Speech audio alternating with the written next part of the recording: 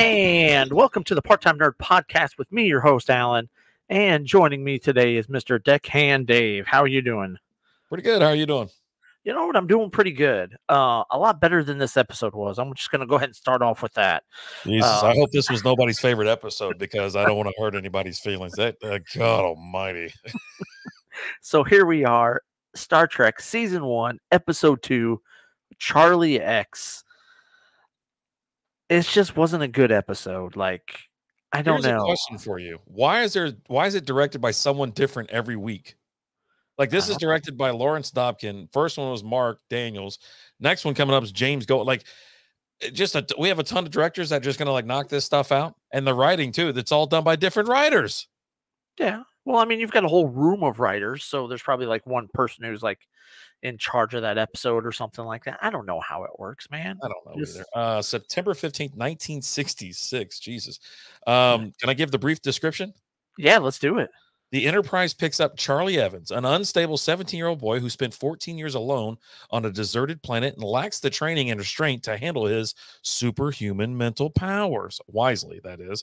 This episode serves as a backstory for the unofficial miniseries Star Trek of Gods and Men.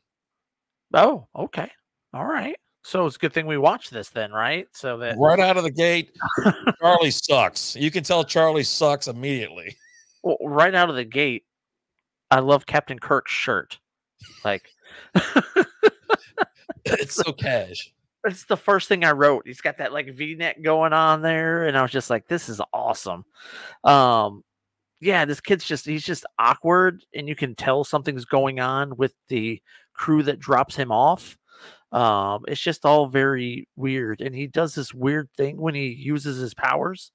God, it's that I've heard it referred to as the derp face, where you're just and his eyes roll up, right? It's just and roll up. What is going on here? You couldn't have. That was the best you came up with. I understand it's 1966, but he just blinked and did that. He didn't have to make that stupid face. So this kid doesn't really understand how to operate, navigate in life. He doesn't understand personal cues, personal space, or anything like that. He's learning on the fly, if you will, and he wants to know a lot about the ship, the entire ship, how many people are on the ship, and some deets. And I'm I don't think he needs to know this kind of information. Which, fun fact, there's 428 members on the Starship Enterprise. That's a lot of people. Right. I wonder if that's what they're down to now after they lost 4 members during episode 1. If they really started out with 432 and now they're down, we're bringing it on down now. Bring it on down. I say stick with the original number and we'll keep track because they haven't docked yet, so I haven't picked anybody up. Really, this kid is what ruined it for me. He was terrible. Listen, I watched this movie in the den and Lizzie was still at her desk. I heard her stop moving back there because she was so locked in on this TV show. I don't know how, but me and her were sitting there talking about it. And as I'm not paying attention, I'm watching it. She's sitting behind me at her desk and we're just having conversations every so often. Man, just sock that effer in the face. It's hey, when next time he goes to cross those eyes, just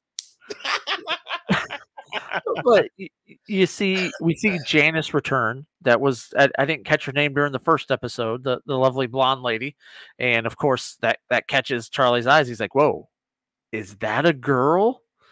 And that's when you're kind of weird when he mentioned that. Well, yeah. Kurt's like, "Yes, that is a woman." Yeah, that's the thing. She's a woman. She's in her 30s or whatever, and she even tries to introduce him to a younger, a more his age. Glenda, Yeah, he's like, "Hey, here's Glenda," and he's like, "Okay, can I talk to you in private?" And she's like, "I'll just go somewhere where I'm wanted." Cool. See you later. Yeah, no one cares. and that whole singing scene was just, oh my God. Uhura, she can't sing very well. She tried. She did. Give her credit. She's trying. Everyone on the starship loved it. They were laughing and clapping, but Charlie wasn't having it. He was like, "Wait a minute, hey, pay attention to me. Look at me. Stop looking at everybody else." This is about me. He Um, he definitely yeah, he needs to make sure that he's liked. He's center of attention. He doesn't make no one laughs at him. And he definitely gives it to her a couple times. He electrocutes her a couple times, gives her the stroke, makes makes Spock start spouting off ballad lyrics and stuff like that. You know what I mean? It's like sonnets. He's a oh poet man. all of a sudden. Yeah, but it's funny because like Bones is it's Bones and Spock and Kirk, and they're sitting there talking, and he's telling Kirk, he's like, "Look, he needs a father figure, and that's you." And Kirk's like, "Yeah, about that. Yeah, no." They're like, "Well, someone's got to have the talk with him because of this." He's like, "Yeah, I'm gonna leave that to you, because yeah, I'm just not doing that." Like, Yeah, you're the medical doctor of the thing. Explain it to him. yeah, yeah, you're the medical professional here, Doc. You need to. Well, he looks up to you, Kirk. He's like, "Well, sorry about your luck. This is your job, buddy." Uh-uh. And he's definitely he's very temperamental. You know, he's melting and destroying like 3D chess figures and stuff like that. He's sitting there. Kirk tries to give him a little self-defense, little fighting thing, and he can't even do that properly. And then some dude's over there chuckling, then all of a sudden just vanishes. Yeah, Where the yeah. hell did the guy go? I don't know. You know, You don't um, know. and And that scene was funny because you're looking and everybody there in the little gym area that they're all working out, they all got their gis on and stuff like that, except for Kurt. He ain't got time for that. He's shirtless. he's got no shirt on. No, but I didn't understand the gi. They had the gi, but then they have the tights for the pants. I'm like, just what the hell's going on? Why do we got to be in tights? All of the, you know what I mean, the whole time. But yeah, Kirk didn't have a shirt on. I did chuckle about that. He's out there flexing and whatnot.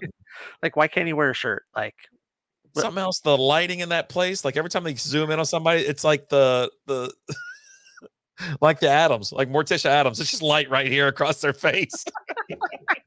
It's like, why in the hell?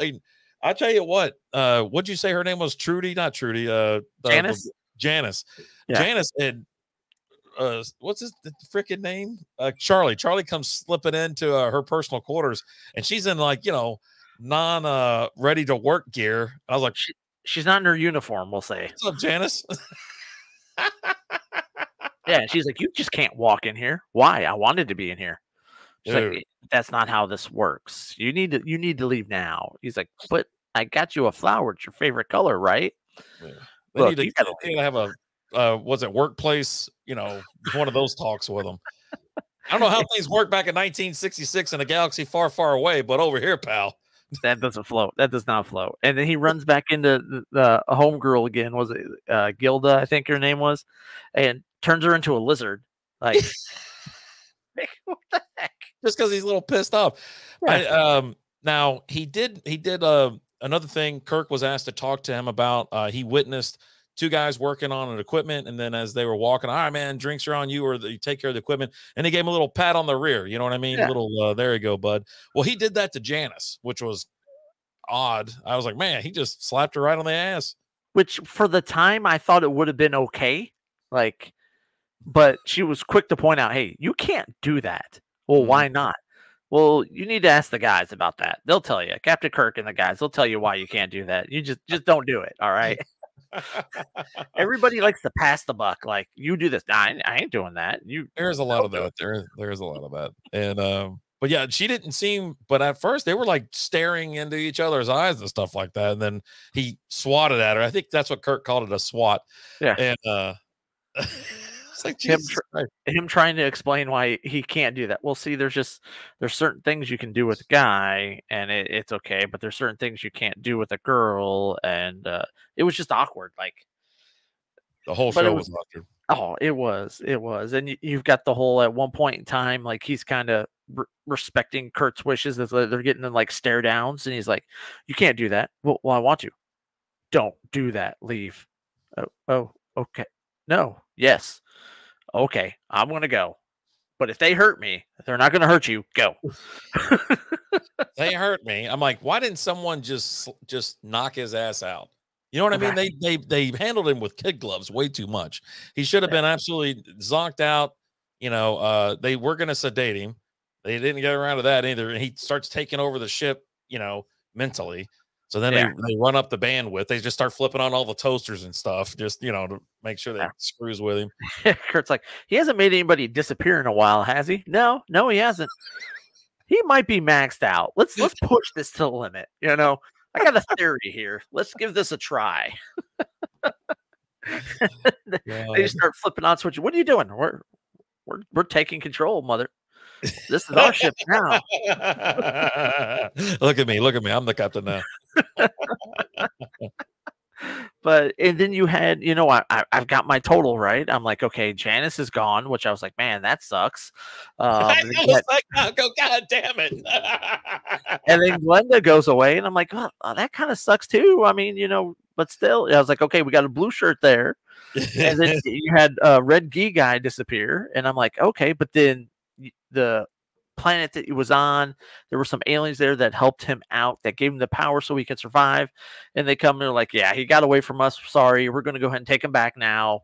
Our bad. It's not going to happen again. And Kurt tries to plead for him. He's like, look, we'll teach him, blah, blah, blah. And they're like, yeah, no, this kid ain't going to learn. Like, he's coming with us. I don't care what you guys do. He's coming with us. Oh, by the way, we're sorry. Sorry we couldn't, because he destroyed another ship full of, there wasn't a lot in that one. I think it was like 20 or 40 people in that ship, but he destroyed it.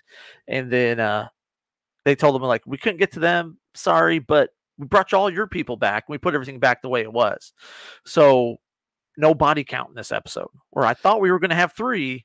We didn't end up having any. I didn't see the other 2. So until they are seen again, they are considered gone. They said we returned everybody back to you and put everything back the way it was. Yeah. So I'm going off of the word of the aliens. Yeah. They put Janice front and center. They let them know right then and there. Here she is. Yeah, because the viewers were upset. Like, we're like, what's going on here? Like, I was pissed. Yeah, I was like, no, not Janice. No, not Janice. No, take Uhura. Anybody. Take Kirk. Take Spock. Take anybody. I don't care. Just leave Janice alone. I'll tell you what, as annoying and as whatever just weird this episode was with Charlie was the absolute worst person ever. It was an episode that I couldn't turn away from. No. It was so incredibly nuts. I don't know what they're doing in these episodes where they're this is only episode 2, and they're so dumb, but you're like stuck watching it. You're not even it's like, I'm not laser locked in. I'm not turning away for nothing. I'm like, this is awful, but it's so good, and I have to watch this. Like, and I almost, like, it finished, and I almost was like, you know what, I want to fire up episode 3 right now. But I was like, I got some other stuff to watch right now. Let me take a breather from this. I don't want to wear myself out. We got a long haul with this, right? So we almost watched it, but it was Monday Night Football, so we put that on. Yeah. So that's what took place over it. But if you haven't watched Star Trek, watch it, because here's what I go with when I'm watching this stuff. Am I entertained? And 100% yes, I'm entertained. Is this cheesy? Is this absurd? Is it over the top? Is it all that? Yes, it is. But I can't look away. I just can't. There's something there where I'm like, I'm still watching. I don't know what it is. Something. They might be onto something with the Star Trek thing. They might want to explore upon, maybe they should do some other series. I'm just saying, they got something here. Oh boy. Well, we'll see. I mean, episode 3 we'll be doing next week, which is Where No Man Has Gone Before. Oh, buddy. I'm already intrigued by the name.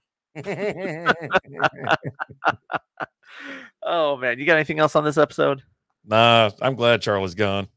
Right. All right, guys. Hey, thanks for tuning in. Make sure you like, share, subscribe, follow, comment. If there's anything you want us to watch, shoot us an email, parttimenerdpodcast@gmail.com. Until next time, we'll talk to you later. Deuces.